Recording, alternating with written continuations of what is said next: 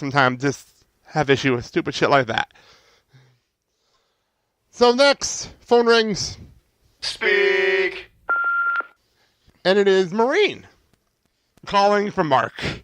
Oh, Maureen. And at this point, a little note here, Collins actually noticed the note on the window, and Roger brushes it off. Completely brushes it off. Like, oh, no, it's not, no, ignore that. Ignore that. And Mark picks up the phone, and in short, he pretty much agreed to go help Joann for Maureen, which we'll get to in a minute. I personally loved Collins here, because Collins has been in the house, been in the loft for, 10 minutes? Literally 10 minutes at this point, between everything they did in the song. Yes. So he comes in, he's still on the window from Roger. He's still trying to figure out what that's all about. So then he doesn't know about Mark and Maureen being broken up. Ooh. Doesn't know about that yet. Doesn't know Maureen's a lesbian. Doesn't know anything. Just walked in, and his reaction is the laughter, and even Angel in the background is laughing at this point. Yes, it was fantastic. So that's hysterical. But then Collins, being the great friend that he could be, just starts doing at Mark, which cracked me up. Yes, I love that one. Because he's just being a friend. There's nothing like he's just being a friend, a bit of an asshole friend. That's all it is. And that's realistic, though. That's so realistic in this scene. Oh, for sure. Who wouldn't do that? You bust your friends' balls all the time like exactly. That's the point. But Angel and Collins are off to life support. They invite Roger and Mark. Roger again brushes it off. But Mark says, I'll catch up with you guys later. And we move on. But before we do that, we have one of my favorite Angel moments. It's such a side thing, and I love it every time I see it, is they go off, Mark leaves, Colin leaves, Rogers is sitting there. Angel pretty much just says, Collins tells Roger, don't stay in the house all day. And then Angel just like looks at Roger and just shimmies away. It's such an Angel thing to do. And apparently that was improv. That was totally not. It's one of those moments like that. It's like, okay, I'm just gonna do this. And stayed in. So perfect. That just showed knowing your character because you did this role for so long. Yes. So we cut back outside, and we are at the performance space. Mark walks in. By the way, I gotta say, now that I'm rewatching this again, I love how Mark is really our guide, especially to the first half of this movie. Yes, he's like our narrator. It's a lot like JD and Scrubs, where you're following him along on the journey through everything in this movie, especially the first half. So I was taking a look at everything. I love the fact that above the door, when he walks in, it just says "the space" in white blue spray paint. It's like, okay, I think we know where we are. Yes. It's okay. They enter. The stage is set up. There are very few people, except for a few homeless guys. I did notice, by the way, outside the place with a bunch of homeless guys standing around barrels of fire all over the place. I'm like, okay, that makes sense. I mean, it fits the theme we're in. It really does. I was like, this is definitely world building of the world we're in at this point. Oh, and this is where it becomes fun. It's very, very awkward as Mark introduces himself to Joann. Like, you really can't get more awkward than this at this point in the movie. Oh, yeah, for sure. And Joann says that she told him not to call him. She hired an engineer who's 3 hours late. And we enter our next song. Yay! Tango, Maureen. So, apparently, on this song, and every other song they had to edit out curse words. This is the only song they didn't have to edit out the word fuck. Oh, wow. It was kept in for this because of the joke. It's really meant for the joke. Oh, yeah. The humor in here, it's so subtle and it's only said twice. It's the only song in here, apparently. It's the only song. Listen to the soundtrack again to clarify. On the movie soundtrack, it's the only one with curse words in it. On the whole movie soundtrack. Wow. Yeah, and how much cursing's in the Broadway show? Yeah, for sure. It's a big. We'll get more into some censorship later on. But for this scene, it's pretty damn cool. They let the curse words fly in this one. It's a very PG-13 thing.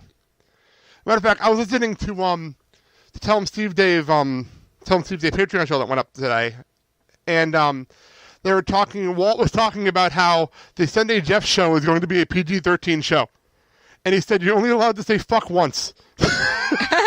They said it twice. It was said twice. But they're like, we're going to follow the practical joke rules of cursing. You can say shit a lot. You can only say the F word once.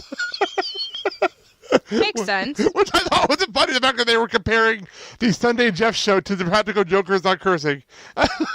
So, well, we did learn a practical joke. You can flip people off now on True TV. Yes, that was can. a big deal. That was a very big deal when it happened. I think that was on the Practical Joker podcast. They said that was a big deal that they finally got that cleared. Yes, definitely. So, all right, back to this. So I had the lyrics down on this one because there's so much to this. I'm not going to read the lyrics, but just for reference point, just for storytelling purposes.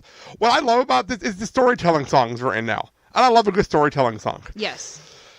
So, the first fuck, by the way, was, it's weird, very weird, fucking weird, which is great.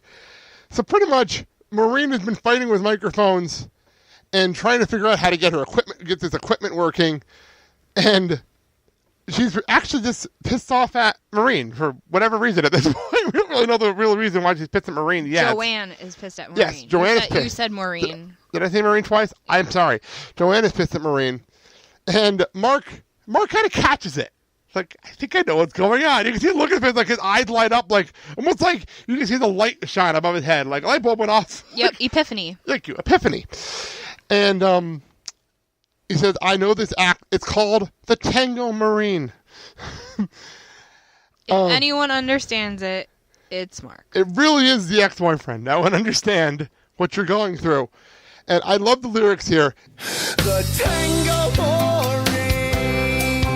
It's a dark, dizzy merry-go-round as she keeps you dangling. You're wrong. Your heart, she is mangling. It's different with me. And you toss and you turn, 'cause her cold eyes can burn. Yet you yearn and you churn and rebound.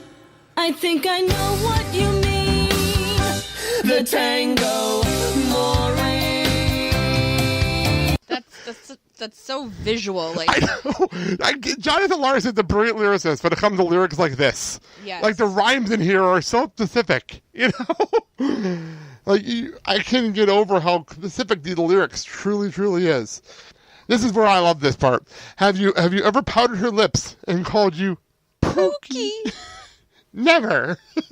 Have you ever doubted a kiss or two? This is spooky. Did you swoon when she walked through the door? Every time, so be cautious. Did she moon over other boys?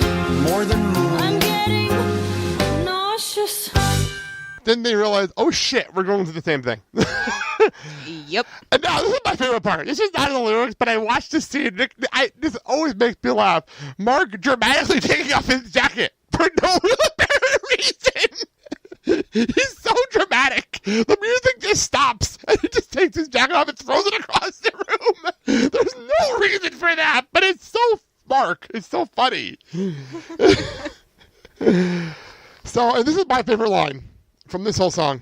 It's not on the Broadway soundtrack. And it's not on the Broadway soundtrack. It's in the movie one. I was so happy we heard it on the Broadway movie soundtrack.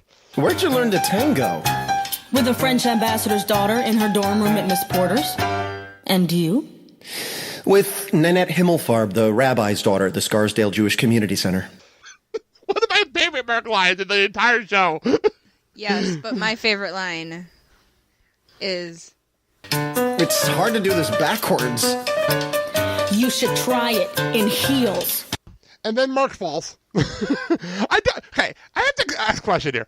What happened here? Did she just let go of him in the middle of this? Yes. Okay, because it's just like, okay, he falls, and we jump to a fun fantasy sequence where now Mark and Joann are all dressed up. And we have 20 couples around the dancing, and Maureen is there in a Did you count? Is it? I 20? did actually. It was 20, I did count them. It was 20 couples. I counted the screen. That I could count. There might have been more that I didn't see, but the ones that I did see on the screen were 20 couples. And Maureen is there in a red dress, standing out in the crowd, and it ends with Maureen leaving with a man and a woman, just tangoing out. Okay. Production note. This whole sequence was actually filmed in wide shots on purpose. Because they wanted the proof that they were actually dancing and singing. Oh, okay. They didn't want people to say we had it. Because I think it was after I think they were making reference to like Les Mis and things like that, where they don't actually show people dancing. But here they wanted to make sure you knew. They danced. They were learning this choreography. We're going to show you they learned this choreography, which is true. I like that. It's a little detail to this musical that doesn't happen very often, so I appreciate that personally. So you find out that Maureen cheated on Joann. I love how that came out of this whole thing. And it's another fucking cheated. Our other curse word in here. And we go back and forth, and Joann comes to realization, and then we come back, and Joann and Mark wakes up from this fantasy sequence. Mm-hmm. And Joann helps him up, and I love this. Joann asks, "Are you okay?" Actually, I feel great now. And she feels lousy. And then the phone rings. I feel lousy. Speak. Oh, no, wrong phone. Oh, this was her phone in here. And she picked up his Maureen calling after Mark had patched the mics. I love how, by the way, we go through this whole process, and how long did it take Mark to fix those mics? Like 5 seconds? Yep. Like, it was literally, he pressed a couple of buttons and everything's fine. I think it's funny. So Mark, she picked up the phone and she gets called Pookie. And that's it. The look on her face is amazing. But Mark in the background, Pookie. As the end scene. So funny. Fantastic song. Fantastic dancing. It's probably one of the best dancing sequences in this show. Because it's so like over the top, but fun at the same time. And more importantly, my nickname came from here. Yes, Pookie. So we continue on. Mark runs off to the Writer Community Center to join life support. And by the way, just find out this is an actual community center in Alphabet City. Oh, cool. Yes, a real place in Alphabet City in New York. And it's still there now to this day. So that's pretty cool. We enter in to the life support, and we have Steve, Gordon, Allie, Pam, Sue, Angel, Tom, Collins, and Paul. Angel takes off his wig. Now, a quick note. Do you know the meaning behind these names? No. Okay. All the names except for, I believe, Paul. Every other name is someone who died in Jonathan Larson's Life of AIDS. Oh, wow. Every single name in here, obviously, except for Angel and Collins and Paul. Everybody else passed away in his life. It's actually on the documentary on the DVD. Everyone passed away of AIDS. And he did it in tribute to them to put them in this musical for life. That's awesome. So that's what all the names are for, and I think that's pretty cool. So I did a little research on our cast of characters here, and there is one person that stands out that immediately to me I knew exactly who he was, and that was Steve, who's Aaron Lohr. Who is a Bash brother. He's a Bash brother, but he had other credits here as well. He's a Mush in the original Newsies, which is cool, but most importantly, he is Dean Portman. Exactly. In He's D2, a Bash brother. In D2 and D3, just to make sure both movies are covered there. He's also in a Goofy movie as Max's singing voice, which I did not know that, actually, until future reference, obviously. But much more importantly than Newsies, he was a Bash brother. Also, though, a little note, I looked up everybody also on the IBDB, the Internet Broadway Database, just to see if anyone has any Broadway history. He also was into the Full Monty. The touring cast of the Full Monty for a year and a half. All right. So there you go. You never quite know what someone's going to be in, right? Much like Gordon, who is Wayne Wilcox, and you know him as Marty in Gilmore Girls. Okay. So I knew you know that one. There's a reference you got. He also was on Broadway as Sidney Chaplin in Chaplin in 2012, 2013 on Broadway. So very cool there. Okay. The rest of these people are pretty much just known in this movie. Bianca Sam, this is her top. Is Allie. This is her top notable acting role. She did write on TV shows like Training Day and the originals. Okay. So that's pretty cool.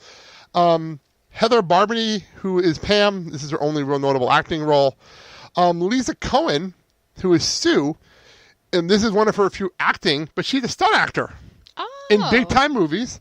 And these are pretty big movies. Spider-Man 2, Mr. and Mrs. Smith in Battleship. Oh, wow. And Spider-Man 2, I'd want to quick shout out to Spider-Man Minute, who's covering that movie right now. Scott Corelli and I'm over to Dean Gianos. Good guys. And finally, we have Paul is Daniel London, and I figured there was going to be more to him, and really, no. there's not much to him either. He plays a small part